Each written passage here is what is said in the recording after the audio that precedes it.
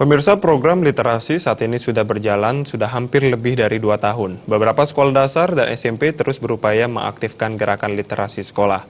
Namun program tersebut nampaknya terganjal sarana, yakni perpustakaan.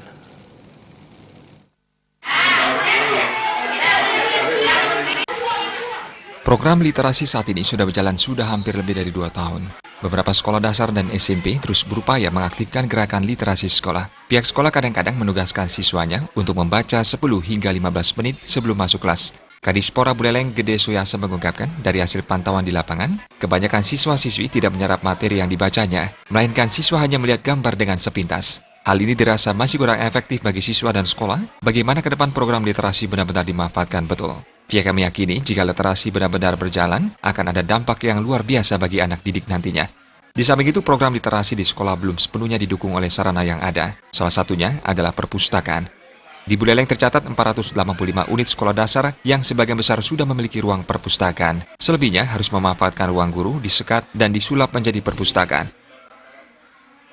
Sekolah ini kita lihat sudah berjalan hampir lebih dari 2 tahun dan memang beberapa sekolah sudah terus melakukan usaha untuk mengaktifkan gerakan literasi sekolah dengan misalkan menugaskan siswa membaca 10-15 menit sebelum mata pelajaran mulai di kelas.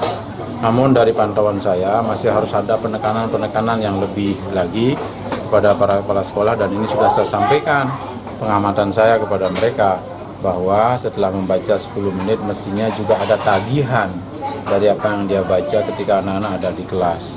Ini juga harus didorong sehingga anak-anak membaca tidak hanya melewati bacaan begitu saja, tapi mulai memahami apa yang mereka baca.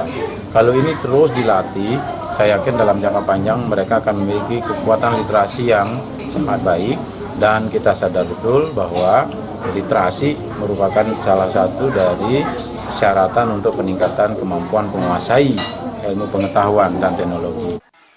Untuk mengembangkan perpustakaan, Distikpora Buleleng mengoptimalkan mes guru yang tak terpakai. Saat ini banyak mes sekolah yang mangkrak dan rusak parah.